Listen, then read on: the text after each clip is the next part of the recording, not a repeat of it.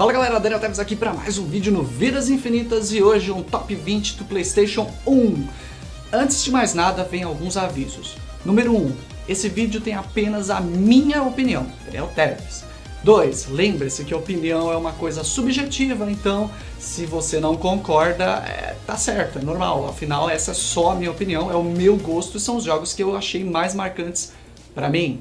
3, provavelmente vai ter um Top 20 PlayStation 1, versão Felipe, aí vai ser muito diferente, com certeza. E 4, diz nos comentários quais são os seus jogos favoritos do PlayStation 1 e já deixa seu like e se inscrevendo aqui no canal também, porque tem vídeos todas as segundas, quartas e sextas às 8 da noite e nos sábados tem lives às 8 da noite também. Vamos começar pela 20ª posição, óbvio, com Klonoa Door to Phantom Isle. Esse aqui é um jogo de plataforma muito bacana, muito bonito, que mistura ali os personagens em 2D com um cenário 3D, ali no comecinho da geração PlayStation. Esse jogo é muito bacana, eu gosto muito desse jogo, eu tenho várias memórias legais desse jogo, eu nunca fechei esse jogo no PlayStation 1, infelizmente. E tem uma versão remake pro Wii, que também é muito bonita. Na 19ª colocação, nós temos um dos melhores RPGs do PlayStation 1, eu estou falando de Chrono Cross, a continuação de Chrono Trigger. Esse aqui é um jogo bem interessante, ele tem a parada de viajar entre mundos e tempos, e o legal é que, dependendo de quais são as suas escolhas ao longo ali da sua campanha, você pega personagens diferentes para o seu grupo. Então, se você for para uma cidade primeiro, você vai encontrar a carinha lá, se você falou com ele, você vai ter com ele na sua equipe. Mas se você falou com outro cara ali da frente, aquele cara vai estar na sua equipe. Isso é muito bom, bem divertido, e o sistema de luta era bem complexo. Mas era por turnos, o que me deixava muito feliz. Na 18ª colocação nós temos Yu-Gi-Oh! Forbidden Memories, ou no Japão Yu-Gi-Oh! Shin Duel Monsters. Esse é um jogo que eu joguei muito mesmo, afinal quando eu comecei a jogar, Yu-Gi-Oh! Tava passando na televisão, aquela febre do anime, a febre do jogo se junta, eu jogava muito com os meus primos, e aí você pode montar, jogando a campanha, né, montando o seu próprio deck, e depois, né, tirar aquele contra com seus amigos, aí levando o memory card pra cá e pra lá. Na 17ª colocação, um jogo ali de plataforma mais 3D, feito pela Squaresoft, e eu gostava muito desse jogo, eu gostaria que esse jogo tivesse uma continuação, ou pelo menos um remake, quem sabe, mais recente. Eu tô falando de Brave Fencer Musashi, que era muito bonito o jogo, tinha umas sacadas muito legais, o visual era todo diferentão, né, eles eram uns personagens meio SD, tinha muitas piadas e muitas sacadas que na época eu não entendia, eu me divertia com o jogo mais pela jogabilidade, mas hoje eu rejoguei recentemente e tem muitas piadas muito boas, é um jogo bem divertido e eu recomendo que se você não jogou, jogue. Na 16ª colocação, um RPG bem diferentão aí da Square, que é o Vagrant Story. Esse que se passa no mesmo universo, né, no mesmo planeta de Ivalice, que é o mesmo do Final Fantasy Tactics e o mesmo do Final Fantasy XII, porém não tem muitas referências um com o outro. O sistema de batalha dele era bem diferentão, porque abria um globo parecido com o do Parasite Eve, e que você poderia acertar o inimigo em partes diferentes e ali causava danos diferentes de acordo com a parte que você atacava ou a forma que você atacava. A história do jogo também é muito boa e eu gostava muito do sistema de dungeons dele. Na 15ª colocação, um game que não precisa de apresentações e provavelmente vocês vão me xingar por ele estar na 15ª, mas estou falando de Castlevania Symphony of the Night. O primeiro Castlevania que na verdade é um Metroidvania, né, que é todo livre, né, não é uma sequência de fases. Jogamos ali com a Alucard, que era muito show de bola visualmente. O jogo é bem bonito, as trilhas sonoras são simplesmente fantásticas e o jogo dispensa mais comentários. Na 14ª colocação nós temos Tony Hawk's Pro Skater 2. Afinal, eu gosto do primeiro, eu gosto dos outros? Não, eu só gosto do 2. Eu gosto muito dele, eu joguei bastante esse jogo, né? O legal é que você criava o seu próprio personagem, evoluía, né? Ia melhorando ele, né? E dava pra tirar uns contras com seus amigos também. Foi um jogo que virou uma febre ali no começo dos anos 2000, afinal muita gente nesse período começou a andar de skate, e aí o videogame se alinha à realidade e Tony Hawk acabou se tornando muito popular no PlayStation 1. Na 13ª colocação nós temos um jogo que eu quero muito, um remaster. Por favor, Square, eu nunca te pedi nada, na verdade já pedi muita coisa. Mas faça um remake de Legacy of Kain Soul River. Esse que era um jogo muito bom, visualmente muito à frente do seu tempo, na minha opinião. Ele era muito desafiador, mas ao mesmo tempo tinha tanta coisa para ser explorada, tinha uns puzzles que eram umas sacadas muito boas. Legacy of Kain Soul River é um jogo que você tem que jogar, é uma obrigação no PlayStation 1, então joguem se você não jogou. Na 12ª colocação, muito mais sentimento de nostalgia, aquele momento de mais infância que eu tô falando de Tomba. Tomba não era um jogo excelente de plataforma, não era um jogo visualmente muito bonito, apesar de ser bem colorido, assim, uma escolha de paletas bem bonitas, mas Tomba era um jogo bem simplório, na verdade, só que eu tenho ele tão guardado comigo que eu não tenho como não colocá-lo nessa lista. Eu joguei muito o Tomba 1 e o Tomba 2, mas eu prefiro colocar aqui na lista o primeiro Tomba. E ele era muito divertido, eu gostava muito desse jogo, apesar de, como eu falei, ele não tem nada assim de espetacular. Mas pra mim, ele é muito importante. Na 11ª colocação, nós temos um dos melhores jogos do PlayStation 1 e que muita gente não gosta do protagonista, eu estou falando de Final Fantasy VIII. Bom, um RPG ali muito bom por turnos, da era de ouro dos Final Fantasy, né? A era ápice do Final Fantasy, né? Ele era muito bom, muito divertido, tinha sacadas de você drenar as magias, algo que era diferente do que a gente tinha anteriormente na série, onde a gente tinha que equipar matérias, né, ou magias, tinha que ser evoluída, mas agora a gente drenava as magias dos inimigos, ela tinha uma quantidade limitada de usos, e inclusive as summons, que são chamadas de Guardian Forces, também devem ser drenadas ou vencidas em luta. O que era bem legal, né, bem diferente do que foi apresentado no jogo anterior, que eram as matérias. Na 10ª colocação nós temos Street Fighter Alpha 3. Poderia ser o 2? Poderia. Eu joguei muito os dois jogos, eles são jogos que não saem do meu set de jogos, que eu sempre que possível eu relembro eles, mas Street Fighter Alpha 3 do PlayStation tinha um diferencial que era muito bom. Por favor, Capcom, traga de volta o modo World Tour. Fazer aquela jornada ao redor do mundo em busca do mais forte, subindo de level com seu personagem, era uma das coisas mais legais de se fazer. Até hoje, pra mim, é o melhor modo já inventado num jogo de luta. Você viajava ao mundo enfrentando as pessoas. E olha que engraçado, na época a gente tinha o desenho do Street Fighter no SBT, na verdade um anime, onde a gente ia em busca do mais forte, e aquilo fazia todo sentido. Então, nossa, imagina o Street Fighter V com esse modo World Tour, que legal que ia ser. Que desperdício de oportunidade, hein, Capcom? Na 9ª colocação, só um pouquinho acima do Street Fighter Alpha 3, eu tenho Tekken 3. Eu coloquei ele um pouco acima pelo impacto. Apesar de Street Fighter Alpha ser a franquia de jogo de luta que eu mais gosto, eu não posso negar que quando o Tekken 3 saiu, Tekken 2 também, foi muito impactante e eu joguei ele muito tempo. Tinha muitos minigames interessantes, cada vez que você fechava com um personagem, liberava um espelho dele com um visual diferente, então a gente tirava muitos contras entre amigos ali, juntava aquela galera, a gente fazia um torneio, e aí sempre tinha um mané apelando com o Ed ou com o Orangue, mas tudo bem. Mas era muito divertido e eu tenho que colocar ali um nível acima do Street Fighter, porque nos torneios que a gente fazia, Street Fighter Alpha, quem sabia um pouquinho mais já esculachava o resto. Já no Tekken, o negócio era meio aleatório às vezes, então mesmo o cara que sabia jogar bem podia ser surpreendido por um apelão ou simplesmente por ter errado algo e tomado um golpe muito forte.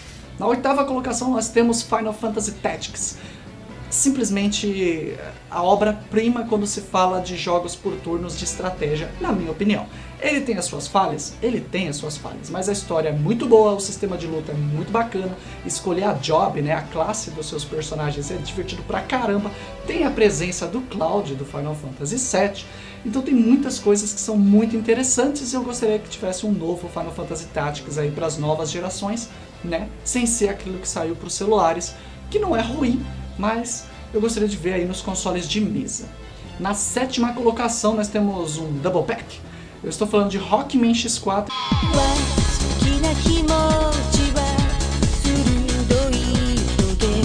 e Rockman 8. Eu sei, você vai falar, nossa, né, porque você falou Rockman no Mega Man? Porque as duas versões japonesas desses jogos têm aberturas cantadas e aquilo foi simplesmente de babar quando eu vi a primeira vez. É claro que o Rockman X3 também tinha no PlayStation, mas isso eu vi depois. Eu curti muito o Rockman X4. Eu gostei muito dos boss que a gente enfrentava, eu gostei de jogar com o Zero, dessa vez com uma campanha completa, né? Afinal, no Mega Man X3 do Super Nintendo a gente usava o Zero meio que trocando com o Mega Man, mas no X4 a gente poderia fazer a campanha inteira jogando com o Zero, o que era muito legal. E na época eu até achava um pouco difícil, porque como a gente estava acostumado com o Mega Man atirando de longe, jogar com o Zero com a espada era desafiador para algumas pessoas. Hoje eu até acho mais fácil fechar com o Zero do que com o Mega Man. Irônico, não?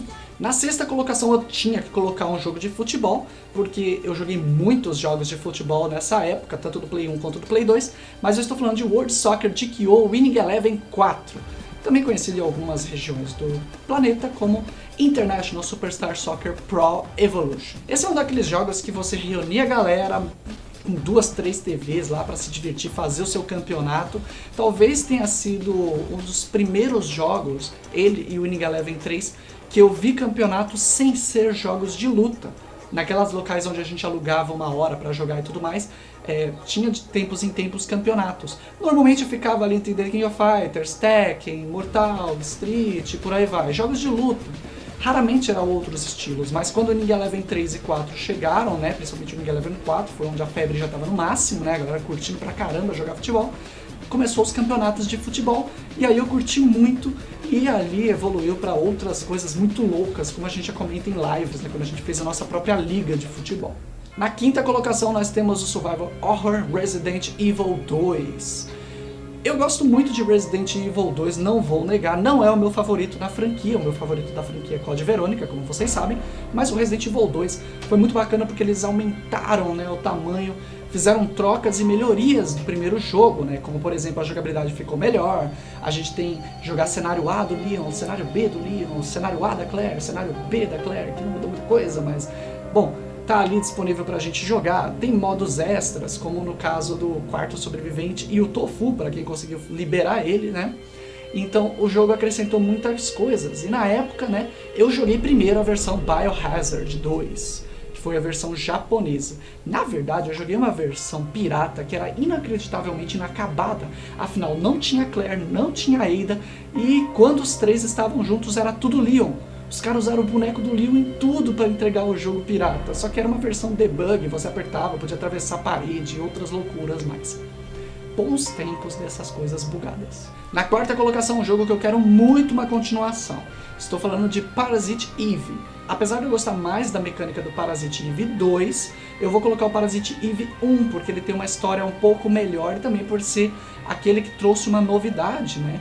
Ele era bem diferente do Resident Evil, principalmente o primeiro, onde você abria um globo, atirava nos inimigos, tinha uma questão de você gerenciar e também liberar magias e poderes, né, para personagem. Tudo isso era muito diferente do Resident Evil, então ele era um ponto contrário. Você jogava o Resident Evil 2 e você jogava o Parasite Eve e eles eram completamente diferentes, apesar de visualmente, quando a gente assiste, serem muito parecidos na verdade. Na terceira colocação, nós tínhamos que ter um Crash Bandicoot, e eu escolhi o que eu mais gosto, que é o Crash Bandicoot Warped, ou Crash Bandicoot 3, ou Crash Warped, você escolhe qual a versão que você jogou. Mas é um jogo que eu considero definitivo no PlayStation 1 do Crash. Apesar do Crash 1 e 2 serem muito bons, não vou dizer que são ruins, muito pelo contrário, eles também são ótimos, eu tenho que escolher um, então eu escolhi o Crash Bandicoot 3, onde tudo estava mais bem refinado, tanto visualmente quanto na jogabilidade, fora que os poderes do Crash 3 são muito divertidos. Afinal, quando a gente libera a bazuca, pegar o 100% ali fica bem mais fácil. Na segunda colocação não poderia ser outro a não ser Final Fantasy VII. A história de Cloud, Barret, Tifa e outros é simplesmente a melhor história da franquia Final Fantasy e ponto. Se você discorda, você está errado. A história de Final Fantasy VII é a melhor de todas, os personagens são os mais carismáticos, os personagens são os mais divergentes, o sistema de matérias e do sistema de batalhas é o melhor já feito para jogos de turno, apesar que você sim pode explorar ali um ponto ou outro para ficar bem mais fácil, mas faz parte da regra do jogo a gente encontrar os defeitos mesmo em sistemas feitos para não ter falhas. Final Fantasy VII ainda apresenta o vilão mais icônico da franquia, que é o Sephiroth, fora a cena mais marcante de morte de um personagem em um jogo de videogame, né? E tudo mais que envolve. Fora o detalhe que foi o primeiro grande RPG assim que eu realmente fechei. Apesar de no Super Nintendo e no Mega Drive ter jogado outros RPGs, Final Fantasy VII foi realmente o primeiro que eu fechei. Apesar de não ser o meu favorito Final Fantasy, eu gosto muito do Final Fantasy VI, mas o 7 é inacreditavelmente grande. Muita gente que nem jogava RPG começou a jogar RPG por causa do Final Fantasy VII e pela fama que ele foi adquirindo ao longo do tempo, principalmente por causa das revistas que faziam inúmeras matérias referentes ao Final Fantasy VII, o que atiçava a curiosidade até de quem não gostava de RPG. E em primeiríssimo lugar, Gran Turismo 2. Gran Turismo é a franquia que eu mais gosto, não poderia ser então outro jogo no primeiro lugar. O jogo que você pegava ali tinha marcas reais, gente. Nossa, o jogo tinha uma mecânica que parecia de verdade, não era só virar o carro acelerando que ele virava, não era só dar um toquinho no freio para fazer a curva. A gente vinha de jogos totalmente arcades, como OutRun, Top Gear, jogos desse estilo. Lá nos arcades a gente tinha Daytona USA, Cruise USA, jogos que eram muito arcades mesmo. Mas quando o Gran Turismo chegou na primeira versão dele com o The Real Drive Simulator, as pessoas ficaram com o olho. Como assim? Um simulador real de pilotagem? Como assim? Bom, a gente ficou muito empolgado, e a primeira vez que eu joguei o primeiro jogo, eu joguei emprestado por alguns minutos, né, porque o carinha não queria deixar comigo, porque ele tava viciadaço no jogo, e eu vi que tinha marcas reais, algo que era meio divergente da gente ter o carro branco, o carro roxo, o carro azul, né, que eram como era nos jogos anteriores, né, eram apenas lembranças de carros reais. No caso do Gran Turismo não, são carros reais. E quando a gente pegou o Gran Turismo 2, vinham 2 CDs, a gente tinha o modo arcade lá, que era só correr, mas a gente tinha o modo turismo, onde a gente podia comprar carros, tirar carta, tudo isso era inacreditavelmente novo pra gente. Então o Gran Turismo 2 marcou muito e eu joguei muito ele. E até hoje, Gran Turismo é a minha franquia favorita no mundo dos videogames. Gostaria de agradecer a todos os membros do canal do Vidas Infinitas, todos os apoiadores, desde os membros 8 bits até os membros bits infinitos. Muito obrigado mesmo de coração a todos vocês fazem as coisas se tornarem possíveis aqui no Vidas Infinitas. Bom galera, esses são os meus 20 jogos, diga aí nos comentários quais são os seus favoritos, e não esquece de curtir, compartilhar com seus amigos e se inscrever aqui no Vidas Infinitas. Tem vídeos todas as segundas, quartas e sextas, sempre às 8 horas da noite, e às 8 horas da noite também no sábado tem lives. É isso aí, nos vemos no próximo vídeo e até mais.